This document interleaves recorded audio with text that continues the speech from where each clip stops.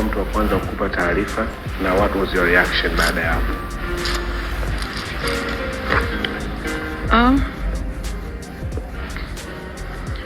Mtu wa kwanza kunipa taarifa Aristotle. Yeah. I was sad. Niliumia na sikujifikiria mimi, nilimwaza mtoto wangu afu nikawaza wazazi wangu, ndo aliniuma zaidi, sio mimi. So yeah. Ulikuwa unajua kama kuna picha kama hizo? Sijawahi kujua. Sikuwahi kujua kabisa. Sikuwahi kujua, kwangu pia ilikuwa surprise, kwa sababu katika kitu sikuwahi kuwaza kwenye maisha yangu nilikuwa na picha za hivyo. Kwa hiyo kwangu pia ilinishangaza.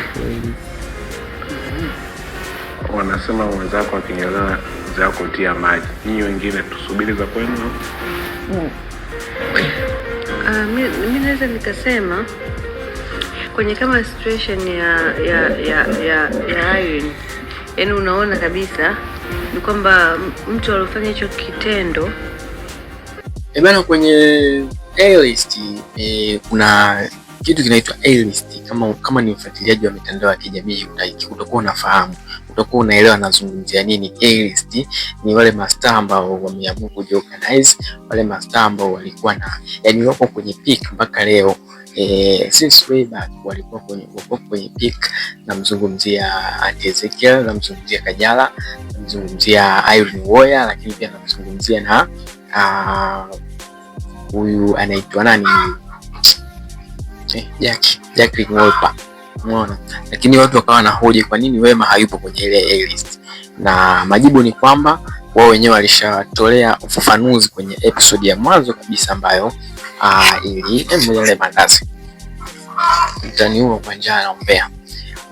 Bwana walishafafanua kwenye ile episode ya mwanzo kabisa kusema kwamba Wema alikuwa anazingua na left magrupu, watu tukimwadi kwenye magrupu yana left, mwadi kwenye magrupu yana left, yani anakuwa ana hasira, ana joto la hapa na pale. Kwa hiyo tukaona tuachane naye, so we have to move sisi kama sisi na watu wengine kama hiyo.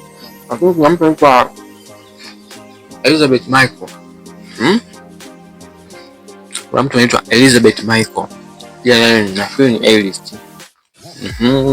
Ni hayupo pale. Kwa hiyo sio kwamba wale waliokuwepo ndio top, lakini organization ilifanyika, wengine wakaona kwamba nyinyi nazingua bana na vile wengine kama hivyo. Kwa hiyo wakaamua wafanye mishe zao wao kama wao. Kwa hiyo kwenye A-list aliulizwa Irene kuhusiana na picha zake za utupu ambazo zilivuja miaka kadhaa iliyopita na ziliweza kuzua gumzo kubwa mtandaoni, kwa sababu kama unavyojua Irene ni star na ni mtu ambaye anaheshimika, mrembo na vitu vingine kama hivyo. So Irene alivyoulizwa ile swali alikuwa mpole sana, yani she was like kama mtu ambaye anakumbusha kidonda, yani amemtonesha kwenye kidonda. Kwa hiyo ile kitu watu wengi hawajaipenda, wakaona kwamba labda yule host wa ile show alipituka mipaka, kwa sababu kuna maswali ambayo si lazima mtu kumuuliza, hata kama ni reality show na vitu vingine kama hivyo.